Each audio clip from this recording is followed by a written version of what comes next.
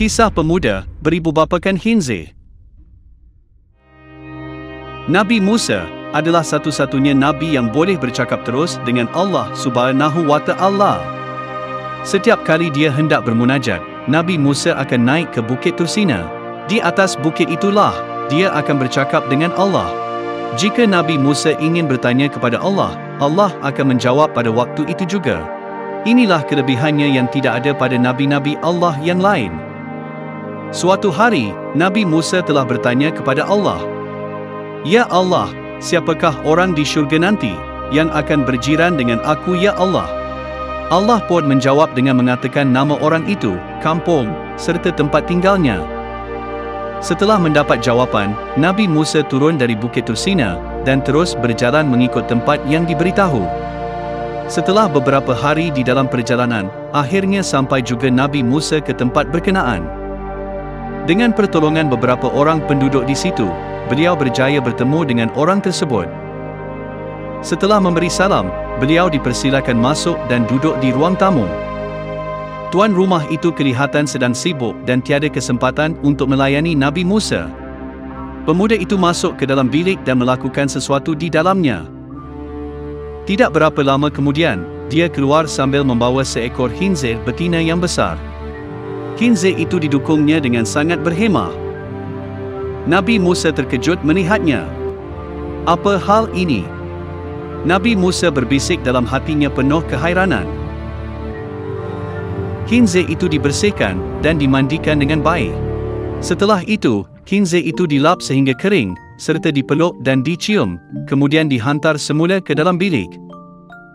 Tidak lama kemudian, pemuda itu keluar sekali lagi dengan membawa pula seekor khinzir jantan yang lebih besar.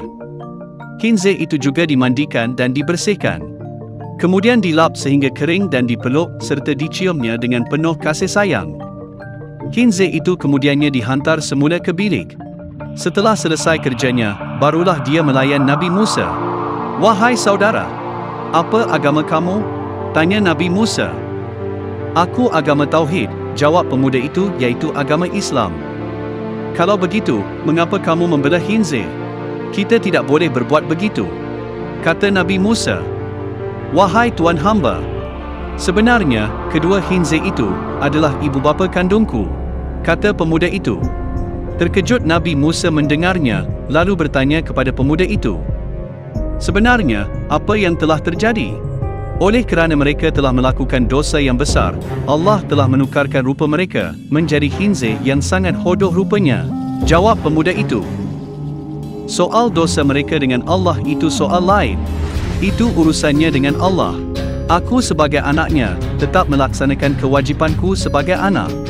Setiap hari aku berbakti kepada kedua ibu bapaku, seperti mana yang Tuan hamba lihat tadi. Walaupun rupa mereka sudah menjadi khinzir, tetapi aku tetap melaksanakan tugasku sebagai anaknya.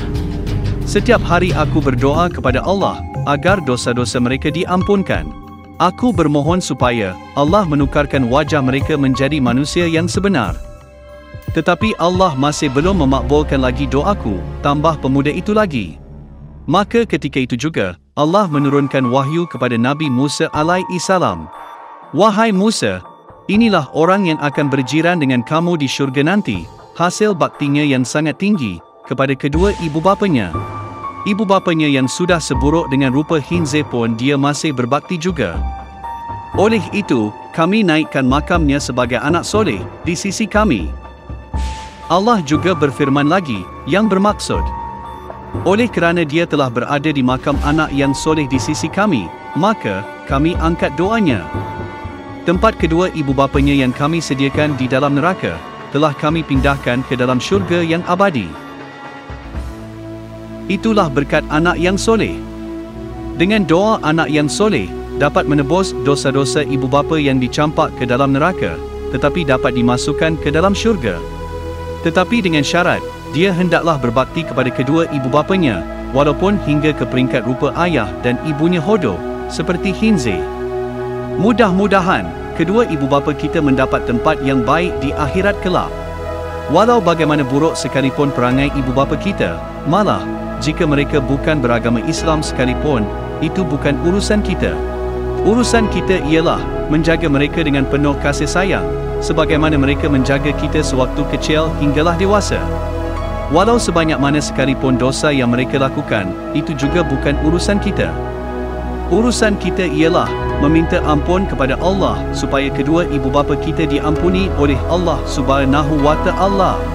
Doa anak yang soleh akan membantu kedua ibu bapanya mendapat tempat yang baik di akhirat kelak. Inilah yang dinanti-nantikan oleh para ibu bapa semasa di alam kubur nanti. Erti sayang sebenar seorang anak kepada ibu dan bapanya bukanlah melalui wang ringgit, tetapi sayangnya seorang anak pada kedua ibu bapanya ialah dengan doanya supaya kedua ibu bapanya mendapat tempat yang terbaik di sisi Allah Subhanahu wa Ta'ala. Jika anda sukakan video ini, jangan lupa untuk menekan butang like dan jangan lupa juga untuk menekan butang subscribe supaya anda tidak terlepas video-video terbaru dari channel ini. Sampai jumpa lagi. Assalamualaikum.